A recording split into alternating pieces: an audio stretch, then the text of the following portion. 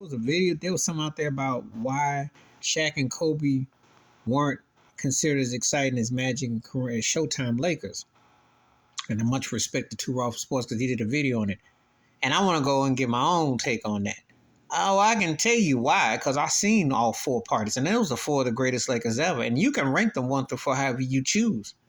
There wouldn't be no wrong answer, because if you wanted to say Shaq was the greatest Laker, you could. The three-peat, 4 finals in 5 years. He got robbed of more MVPs. Was All-Star. He did the whole nine. He should have had that undisputed recipient of MVP. Make case for Kobe. You know what he did, 5 rings success, everything he accomplished. You know Magic, Showtime coined the phrase, everything he did. You know with Kareem. So, but why? I'm gonna give you a few.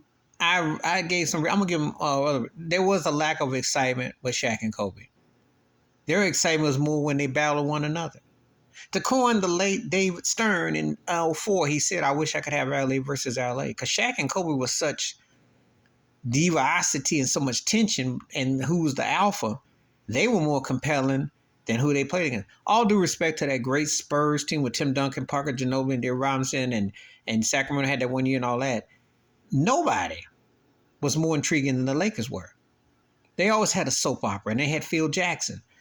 Phil, I think one of the other things why it doesn't get as romanticized is because though Shaq went to a finals without Phil, and of course he won with Pat Riley, they didn't know how to win until Phil got there. They had a bunch of all-stars. And before people always talk about LeBron having a bunch of all-stars, Shaq and Kobe did have Nick Van Exel, Eddie Jones, who were all-stars. So it wasn't like, and then they ended up, getting Glenn Rice, he came over and stuff. But they wasn't like they didn't play. They just didn't work with Dale Harris. The mad scientist, the naked gun man didn't get the job done.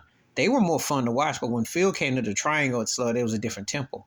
So the lack of excitement, the competition, read no Boston to hate. There was nothing to. That when Shaq said the Sacramento Queens, that was comical, but there was nobody to hate in the West because the Spurs you respected. There was no hate, so there was no rival to beat up on. Again, everything. Much as I tell you that Shaq and Kobe were like the outcast, the Andre 3000 big boy of NBA, which I stand by. There was no excitement. There was no counter. Because to be exciting, you got to have a counter. Magic and Kareem had to go against Bird, McHale, and Parrish and them, and the whole thing. There was some rivalry. They didn't have a lot of rivalry in the West. Houston beat them a couple of times, but nobody was looking at Houston like that. And I remember Ralph Sampson throwing that ball over his head and Moses pounding, and they won. But no one looked at it as a rivalry. No one was scared of the Spurs, even though it had some talent there, or Phoenix, who had some talent. Even Utah and Dallas wasn't like that. But they had that Boston and they had that Detroit. They had that style. The thing about it with the triangles that it slowed everything down so much that so it just basically came, and they didn't have the role players to match. Once you get past Shaq and Kobe and Phil's the coach, who do you remember? I mean, Derek Fisher, Robert Horry hit a shot, but you don't have a Kurt Rambis who became like Clark Kent. Luke Walton tried it, Mark Madsen tried it. It wasn't the same. Did not have no Byron Scott, did not have no James Worthy. Now, in Phil's defense, this is why Shaq and Kobe look as equal or even better as a dynamic duo, because they didn't have all the plethora of all those cats around. So that makes Phil always look better as a coach because he used and manipulated roles. When they did try to get stargaze with Karl Malone and Gary Payton, they were both long in the tooth. I think Karl Malone fit a bit better. He lost that 04 finals, which was considered a huge upset. Gary didn't really fit Phil's style because he was a back-him-down point guard, and it didn't work. With the way Derek Fisher was a tweener combo. So, and of course, I forgot Pat Riley. He wasn't always Gordon Greco. He wasn't always Wall Street. He came in kind of like Sonny Bono.